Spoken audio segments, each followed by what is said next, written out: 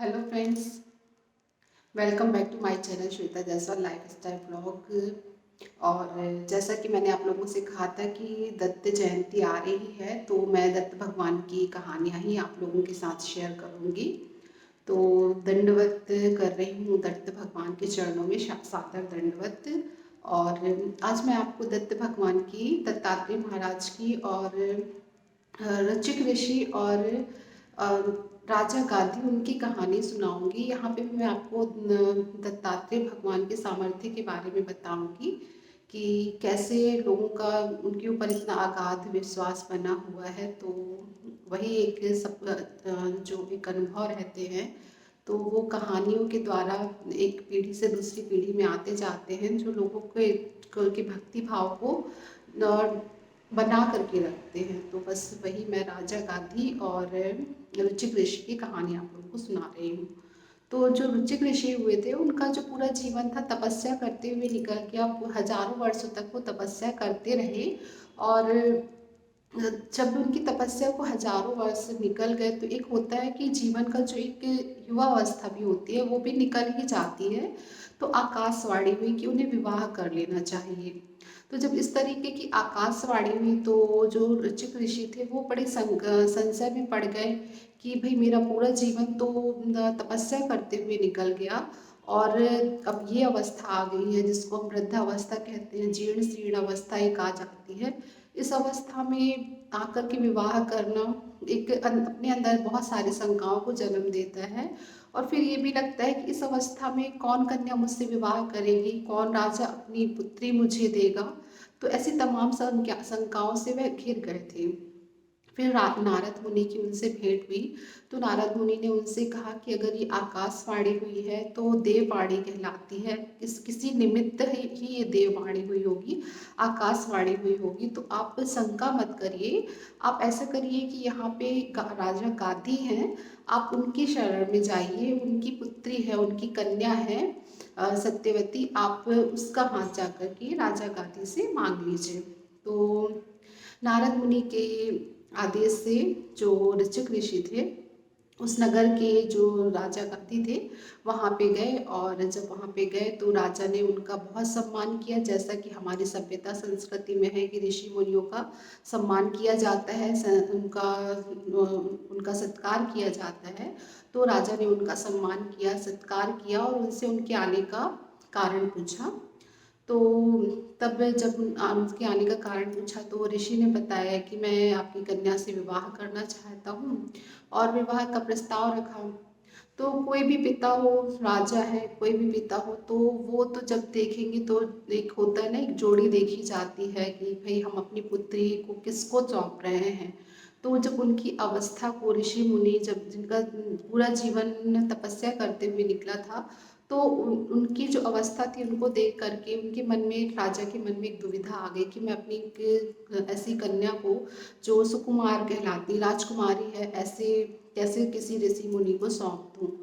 तो वह डायरेक्ट अपनी बात नहीं कह पा रहे थे, क्योंकि होता है ना कि एक ऋषि मुनि में इतना तेज होता है, मुनियों में, हमारे यहाँ के ऋषि मुनियों में इतना तेज होता रहा है कि वो बहुत जल्दी क्रोधित भी हो जाते हैं और बहुत जल्दी प्रसन्न भी हो जाते हैं, बहुत जल्दी आशीर्वाद दे देते हैं और बहुत जल्दी श्राप हो जाते हैं। तो राजा के मन में ये भय आ गया कि अगर मैं मना कर देता हूँ तो कहीं ऋषि मुझे श्राप न दे दे।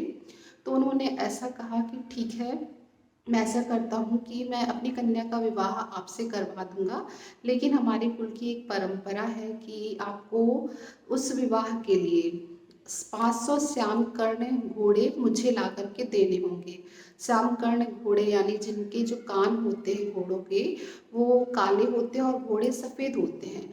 चूँकि ऐसे घोड़े जो होते हैं प्रकृति की व्यवस्था के अनुरूप नहीं हैं, तो राजा के मन में ये था कि जब भाई मैं ऐसी मांग रख रहा हूँ कि जो कि प्रकृति की व्यवस्था के अनुरूप है ही नहीं, तो फिर ये जो ऋषि है, ऋचिक ऋषि है, वो कहाँ से लेकर के आएंगे ऐसे घोड़े। और फिर सीधी सी बात है, मेरी कन्या विवाह से, इनसे विवाह करने से बच जाएगी।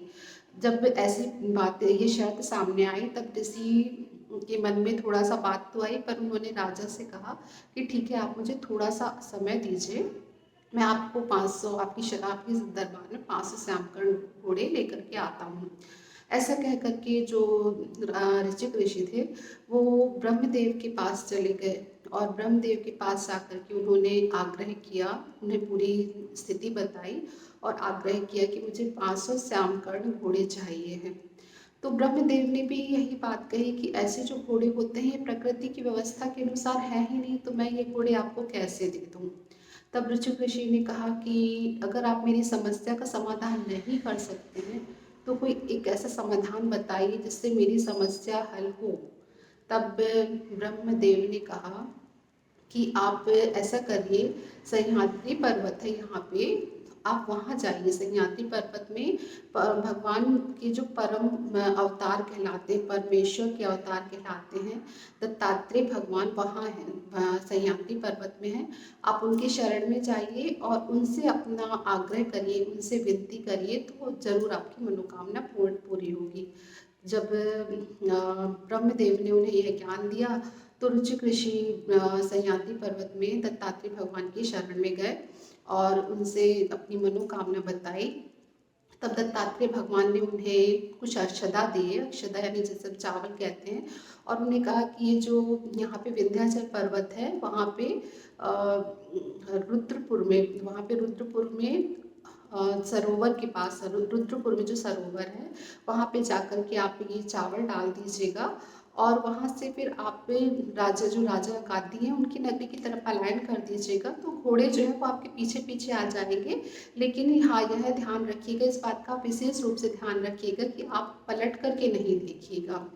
तो जो ऋचिक ऋषि थे उन्होंने हाँ कर दिया और बस फिर उसके बाद वह वहाँ पे सरोवर में गए, रुद्रपुर के सरोवर में जाकर के उन्होंने अक्षदा डाल दिए और वहाँ से राजा गादी की नगरी की ओर चल दिए।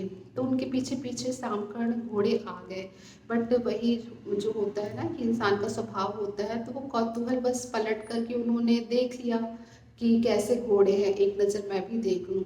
तो उनका पलटना था कि वो जो घोड़े थे, श्यामकर्ण घोड़े थे, 500 घोड़े थे, वो पत्थर में परिवर्तित हो गए।